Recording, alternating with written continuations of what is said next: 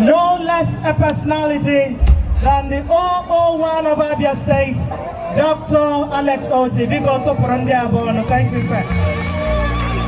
Thank you very much. Please be seated. Please be seated. Thank you, Your Excellency, the Deputy Governor of Abia State, Engineer Ikechukwu Emeto, the Speaker, Abia State House of Assembly, Right Honorable Emmanuel Ihoma Emerowa. Permit me to use you to reach out to your brother legislators that are here, both serving and retired. Let me recognize the Secretary to the State Government, Professor Kenneth Carlo, and I would like to use him to reach out to all other government appointees, including the Director General of the Greater Abia Development Authority, who is here today, the Commissioner for Works, Engineer Don Utumchere, Otti. I would like to use you to reach out to other commissioners that are here with us today, the Mayor of Abia South.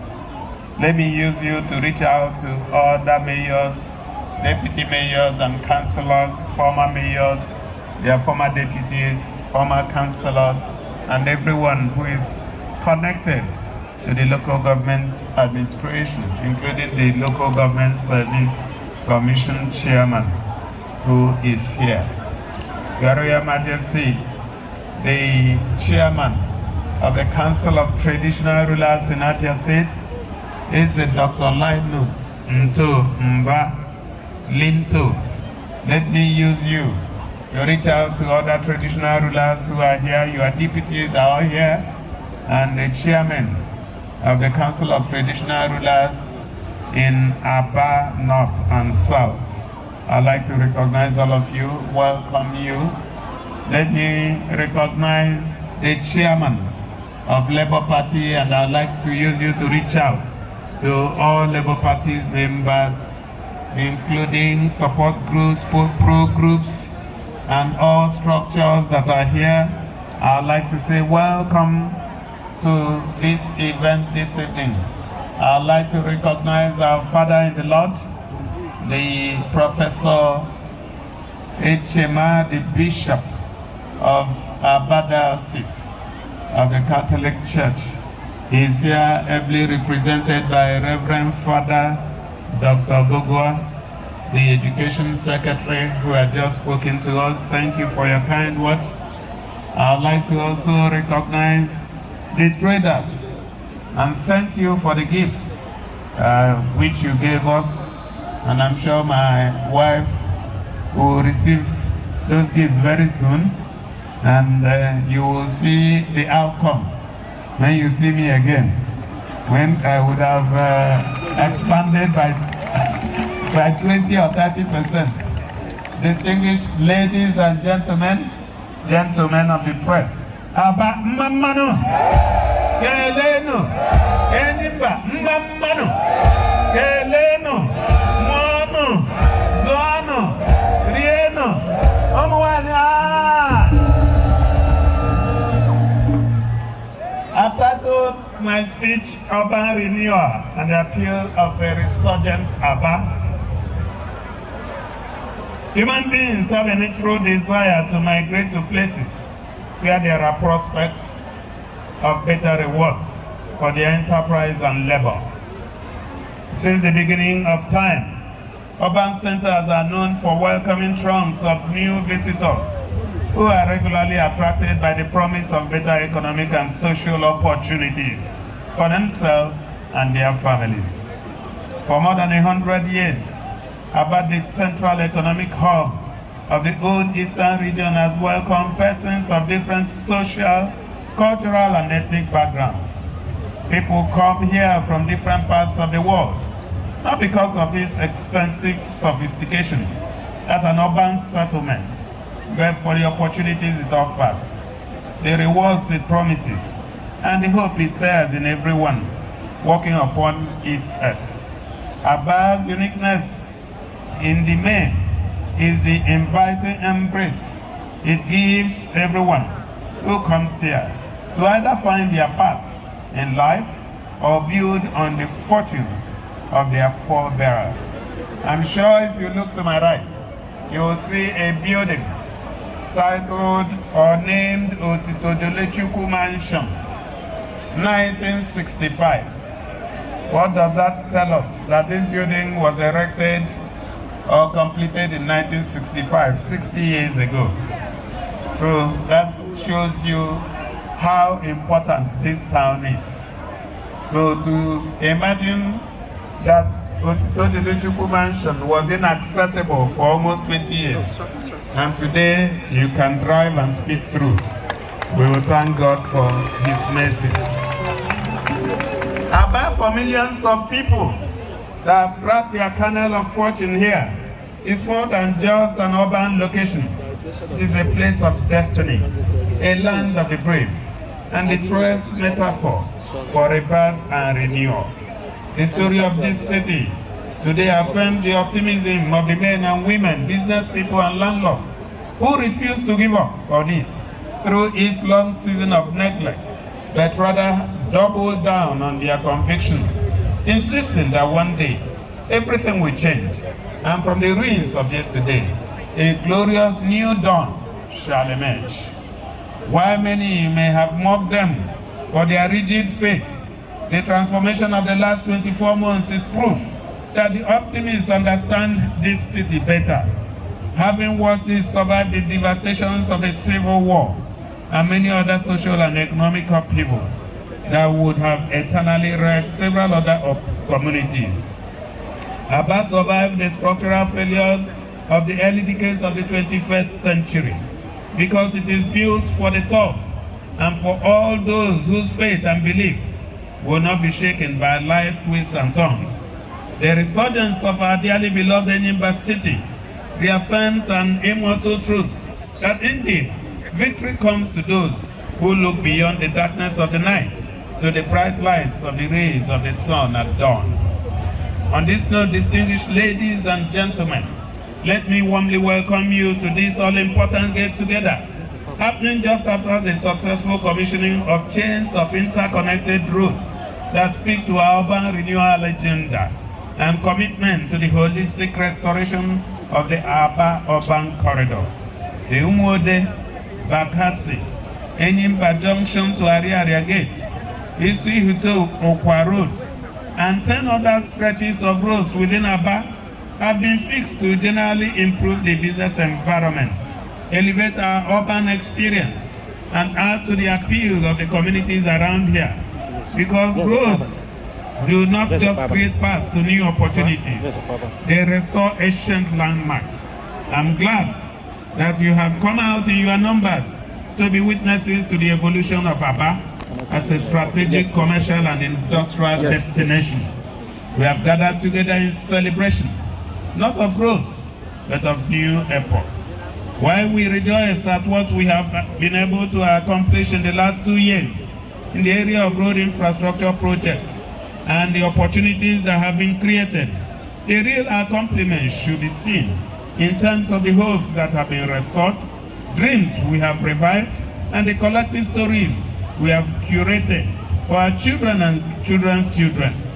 This city has traditionally been for the bravest and the modest efforts of the last 2 years would forever be etched in our history books and passed on from one generation to the next to remind the children of tomorrow that giving up is alien to our character. I would like to specially appreciate the business owners, landlords, and the residents for their patience and the massive support they gave the engineering team while they worked on the different stretches of roads within this corridor. Thank you for your understanding and commitment to the timely delivery of the projects. Thank you. I have to acknowledge that you were very effective in your role as stakeholders, and we do not take that for granted. As always, the state government will continue to carry you along in the execution of development projects.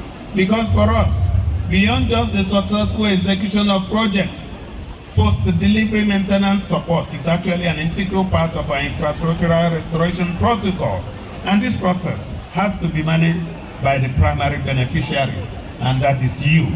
I expect you to take more than a passing interest in seeing that the roads are not vandalized through commercial activities or neglect. These are your roads, paid for by your taxes, and the resources that belong to all of us. In that regard, we all have a solemn duty to be at the forefront of removing and preventing whatever presents a threat to the service life of the roads. We must all commit to keeping the environment clean and ensuring that the drainages are not blocked by waste and foreign objects. These road projects are all the more significant because they were executed in line with our long-standing promise to deploy the resources of the land to develop all parts of the state, repair broken infrastructure, and reposition our communities to take advantage of the opportunities of the new world. Our grand vision is to make Abia a model state, and as a first step in that regard is to build a system of financial prudence, putting resources to investments that yield the best outcomes for the present and future generations. I am glad that across the state today, especially within and around the Nimba city, significant proof exists that we are doing just that. Over the next few years, Abia will not just attract people from all over the world because of the glory of the past. This city will pull investors from within and outside Nigeria because of the unique advantages it offers. As I said recently, Abia has a distinct edge that rival cities in the region can only dream of. In addition to a large population of skilled and resourceful workforce, this city enjoys the unique advantage of sharing boundaries with major oil towns in Nigeria and nearness to functional seaports to access foreign markets and receive stocks of imported raw materials and reduce logistic costs. Beyond the traditional practice of coming to the city to find employment or set up businesses, people will henceforth come to Abia to establish firms that will serve global markets in technology, remote services, and much more. This vision will be facilitated by the gains that have been made in building an independent energy supply system and the robust investments we are making in broadband support infrastructure. These new streams of investments and progress arising therefrom will see enterprises in this city go beyond the restrictions of the brick and mortar business model to more time-relevant hybrid platforms, combining regular office spaces with a stable presence in the digital ecosystem. In the new Abia, all you would need to prosper and reach your goal is to have the courage to wake up each morning and chase your dreams. Here, there shall be no limit to what you can achieve, because the force of nature and the government will be with you. As I conclude, let me remind us that actualizing our grand vision for Abia and Abia in general will require your continuing support and partnerships through prompt and regular payment of your taxes and other statutory fees. You are also encouraged to continue to cooperate with law enforcement agents to keep our communities safe. Above all, I invite you to renew your commitment to making this city the best place to live, work, and achieve whatever you aspire to be. Lastly, let me thank the management team and members of the Greater Abia Development Authority, GADA, for their commitment to timely project execution and strong guarantee of quality. May I also congratulate the newly appointed chairman and members of the GADA board on their new assignment. We expect them to bring their extensive wealth of technical and managerial experiences to bear in the discharge of their duties. I'm happy with the immense strides GADA has made in the last 18 months of operations, and we expect things to get even better in the years ahead. GADA, as we envision it, will not just spearhead the development and expansion of modern infrastructure within the Abia urban and suburban corridors. It will play critical roles in shaping what becomes the social and cultural character of the city in the new age. Abia, as I had argued elsewhere, is unlike any other regular urban settlement.